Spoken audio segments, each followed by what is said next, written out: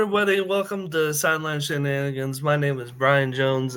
I'm your host. I have Coach Anthony King from Indianapolis Attucks in Indianapolis, Indiana. Coach, welcome to the show. I appreciate y'all for having me. All right, so what led to you becoming a football coach? Well, it actually started with youth football in about 2009. I actually started coaching for a league that I grew up and played in back when I was a youth kid. So it kind of just started from there. One of the referees had got a job at a local high school and had asked me if I was interested. First, I was just a little bit hesitant, but then after talking to him for a while, he kind of convinced me to give it a shot. I gave it a shot, and the rest is history. So, how would you define your coaching philosophy?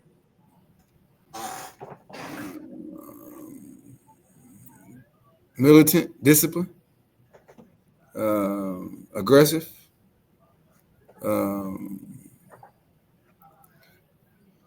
I truly just try to use the game to teach the principles that I think a young man can use for life moving forward. Okay, so here at Sideline Shenanigans, we're all about lessons. What's the most important lesson football teaches young men? Adversity. I think that's probably the best one that it gives you. Every day you wake up, you don't know what life is going to throw at you. I mean, you have your good days and you have your bad, just like a football game. You have your great games, you have your bad games. But no matter what, you have to find something inside of yourself to keep going. And I think that's what creates good football players. What's your philosophy on film study and self-scouting? As far as myself personally, like getting ourselves better. Yes. I spent a lot of time with film. It's an area as a coach that I had struggled with younger in my coaching career. So I feel as if I'm 100% better, 1,000% better actually. But actually still something that I work on because I feel like it's not my strongest suit. So just between talking to college coaches, friends that I have that are college coaches, and just kind of take me to another level of how they watch film so I can prepare for it. But I spend a lot of time on film because I feel like that's one, we all know it don't lie. Two, it's the best preparation that I can give myself to give to the kids to be able to prepare for whatever they may see next. Definitely. Coach, so we also support a lot of mental health. So what's your stance on player mental health? I coach life, so I like the dynamic, especially the dynamic of the kids that we have here. I'm really big on of course, everybody's dream is to play football at the collegiate level, and we're going to do everything we can to get you there. But who are you outside of football? What kind of young man are you? What else interests you? Like, I don't, especially with me and all my boys will tell you, like, we try to figure out something outside of football that strikes their interest as well. Because when this ends, what are you going to do? You know what I mean? Like, never want to shoot down a dream. Like, you always push for it. But the reality of it is if you tear ACL or your football career ends tomorrow, what else defines you? The last thing I want to do is football's done. They don't know who they are. And again, the quiet mental healthness issue comes to play, and you don't know how they're going to handle it. So I'm really big on them finding who they are outside of football, just as well as I am pushing them to become the best football players they can. So what defines Indianapolis Attucks football?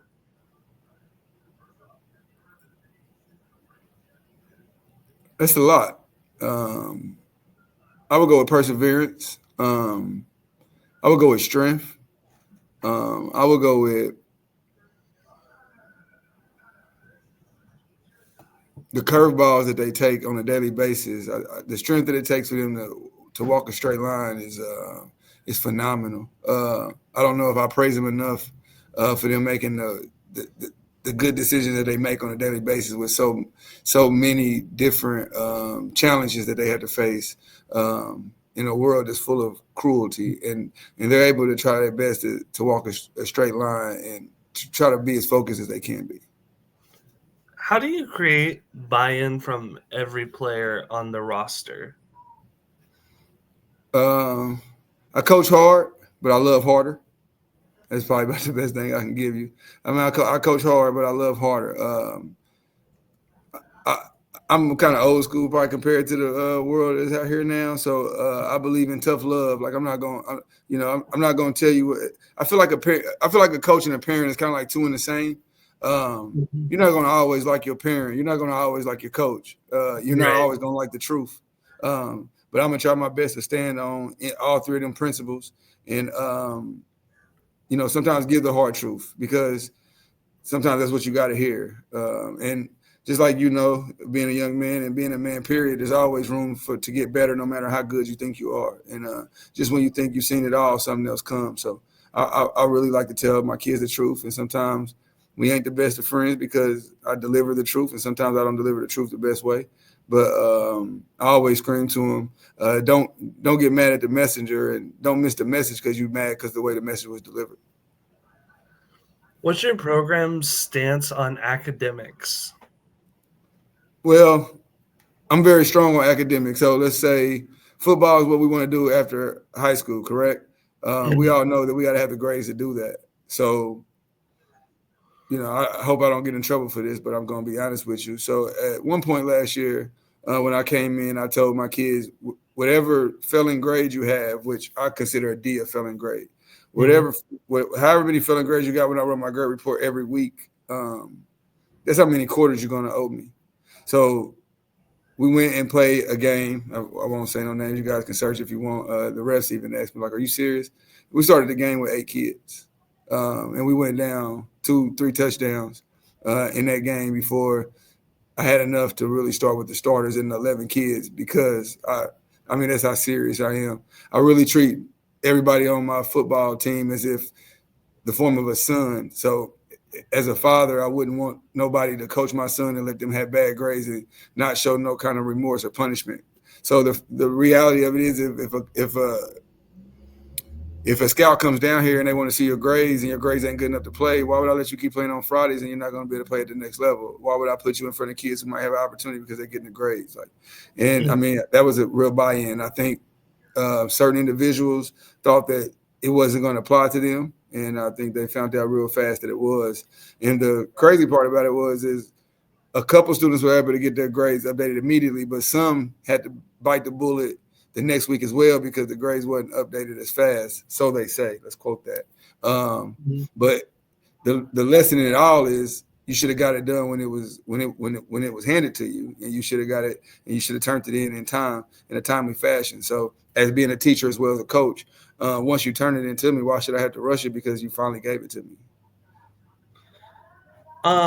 So what is your best advice to a freshman just starting out playing football? Stick the course. Understand that there's going to be some trials and errors. Understand there's going to be frustration. Um, Understand that it's not always going to be the best place in the world to be. And understand that football is a process. There's way more preparation than there is in playing. And the more that you buy into the program, the better the experience will be. And even when you leave here, you'll become a freshman again. What do you do to make practice more competitive? I'm a natural competitor. If we was to flip quarters right now, I would want to beat you. So I believe competing, um, even in drills, like whatever it is, we just kind of we compete at pretty much everything just to get better. So I believe in iron sharpens iron. So most of our drills or anything we do, 9 times out of 10 comes with a reward or a punishment from the winner or the loser, just to keep the competitive edge. How do you teach gratitude in your program? Um, Remembering just to stay humble is the biggest thing that I do. I think it's all a blessing.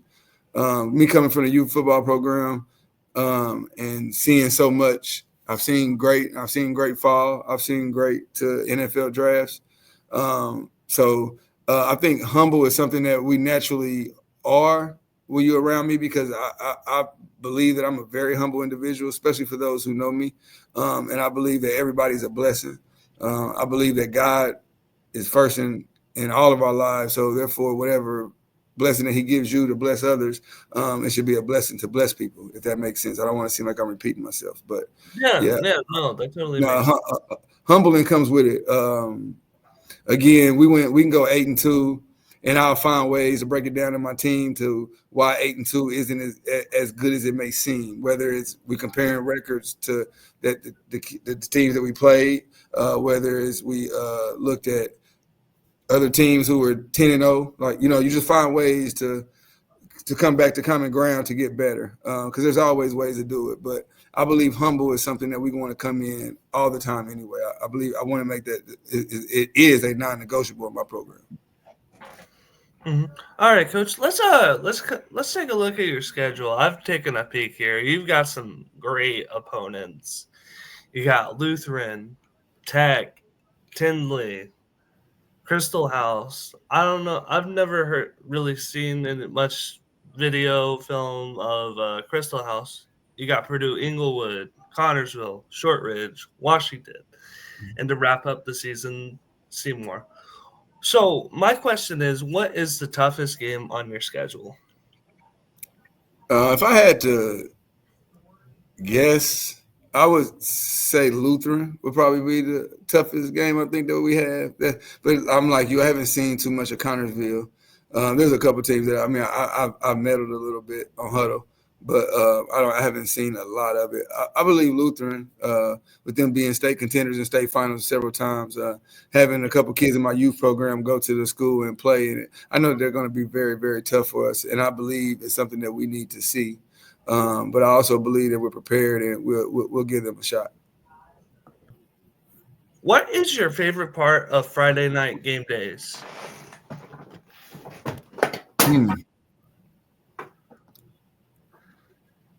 When the clock has hit zeros in the fourth quarter and all your preparation and hard work is on the scoreboard. Mm-hmm.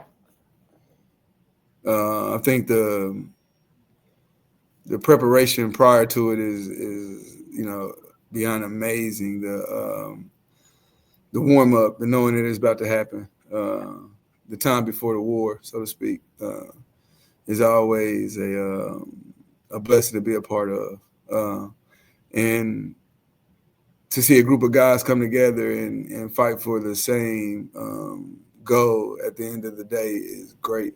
I think there's a lot of team sports in it, but I don't, and this could be my opinion, but I don't feel like no other sport requires the guy next to you to be so much in sync with you, so that the chemistry of the game and the plays and for everything to go right and to be in sync together. It's just magnificent to have to lean on somebody else to be able to accomplish a goal. And I think that's the best part of it, is putting a group together to accomplish a goal instead of it being, basketball. Sometimes it can be a one-man show, and it's just a big difference to me. So, who would you say is the biggest sleeper team, or crap, I don't know what they call it, a trap game? What do you think the biggest trap game on your schedule is?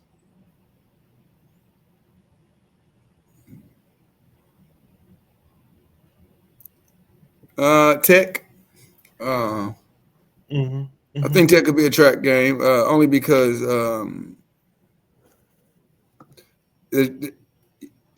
another inner city school. All the kids grew up together; they know each other. Sometimes it can get a little personal, and then it can become sometimes an undisciplined game, and you can fall into the antics instead of playing the football that we should play. So I think Tech could be a track game. Mm-hmm. How do you prepare for tough back-to-back opponents? Like I said, you have Shortridge and Washington 2 weeks in a row. Those are tough teams. Proper preparation prevents poor performances. We approach each week the same. I'm a firm believer. We go back to this humble word. Is you got to be humble. You can't just feel like you're just better than any team. You have to go out there and play the game. So we're going to approach each game, every game, each week like it's the Super Bowl, so to speak. And I think that that's something that I can get better as far as a directive as a coach, especially being young in my career. And I know that my team can get better with the preparation, but we try to stay healthy. And if somebody is not, at 100%, we feel like a day or two of rest or, limited practices, limited time on contact drills or whatever it is, that we can make sure that when we go out there on a Friday night that the kid is at the best shape they can be in to perform. We always take all that in consideration.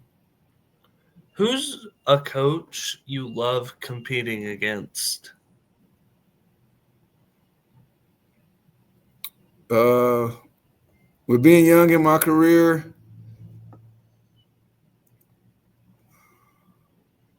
though it was a bad game, when you look at it as the end, I enjoyed that Shatar game. I really did, and I want to go at it again. And they're not sectional, so hopefully, or 9 times out of 10, we probably have to see him again to get out of it, or even a first round draw again. I really enjoyed. It was everything that I expected. It was everything I thought it would be. I believe a lot of things that happened in that game were our fault as a whole, as a program, and I believe it's with the maturity. Only losing 2 seniors this year, so we come back with a lot of experience. Very excited to see how we handle it this year. All right, Coach, we're going to get personal here. Where did you play high school football at? I didn't play high school football. Really? If you want me to be all the way honest, yeah. My high school, just in general, I was had to go to alternative high school because of some decisions that I had made in high school. So I played all the way to my freshman year up at Ben Davis, and then it was Fulton. Ben Davis didn't go to as freshmen at that time, but I graduated in 2002, so that was a while ago. Enjoyed it. Thought that I was going to play football in high school, but some decisions on the field, not understanding what the situation was at the time, got myself in some trouble and was told, asked, or not to come back. And instead of handling it the right way, not having the right guys in my corner, so to speak, or guys who wasn't aware of the decision making that I should have did, didn't have the proper mentor, so to speak. It just really was mom at home for the most part. So when I went home and told her, it was like, baby, you don't have to play football, instead of someone kind of guarding me or helping me navigate through how to handle that situation. You just don't, get into a situation or disrespect a guy like Dick Dellahan and think that it was going to be okay. But at that young of an age, a tender of an age, I didn't know what I was doing or how or why it happened. But all my peers in high school, we continued to be friends. I was able to stay around the game, never fell out of love with it, but just wasn't able to play at a high school level. And when football was snatched from me, just didn't make the best decisions in life off of the field. So it got me in a lot of different situations and put in alternative school and things like that. So I tell the kids all the time, been there, done that. We're going to turn this lemon into lemonade and keep it moving forward. All right, Coach, how do you manage family life with football life? I would say younger in my career, I wasn't the best at it. But, I mean, now older, more mature with how I handle things. I think a lot of it is communication, just understanding what it is. I humbly would tell you that I have the best supporting cast when it comes to my kids and them understanding exactly what it is that I'm doing and, sharing their father on so many different levels and being okay and being humble and being appreciative and understanding that, this has kind of come with the territory. At times it has gotten rocky, but I'm just like the kids. I'm very open with communication, and sometimes you can come in here and I might not like to hear what you say, but I want to hear how you feel, and we can navigate it from there. But I'm very open with my children. I like for them to be open and communicate with me whatever it is that they feel. And at times I gotta, pull teeth to get it out of them because they're so cautious about how it may make me feel. But I think that they know that I come from a genuine spot, and I just care about everyone so much. So they never want me to feel guilty about feeling like that. But I put them in scenarios and situations to see how they will respond and react. And I mean, I think my kids have very beautiful souls and very, very beautiful hearts, and are willing to give the shirts off their back to anybody else, just like their dad is. So I think they kind of understand that when you give out blessings, you get even more. So the way they handled this transition for me, and as I grew into this role, I'm humble and forever in debt for when it comes to them. So anything that they need or they ask of their dad, will always make sure that I can do it or make sure it happens. And if it's ever a choice between them and football, as much as I love football and helping people, I think they know that if it came down to it, that they would definitely win the decision. All right. Speaking of what keeps you coming back every season? The relationships you build. People keep having kids.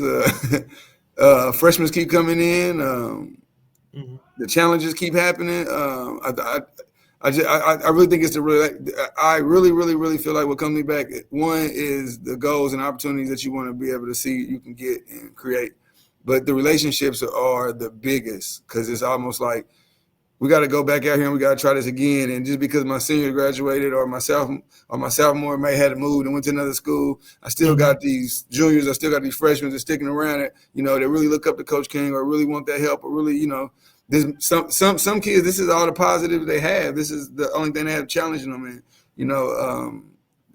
I keep coming back year after year for the relationships and the kids. And I mean, they keep you young.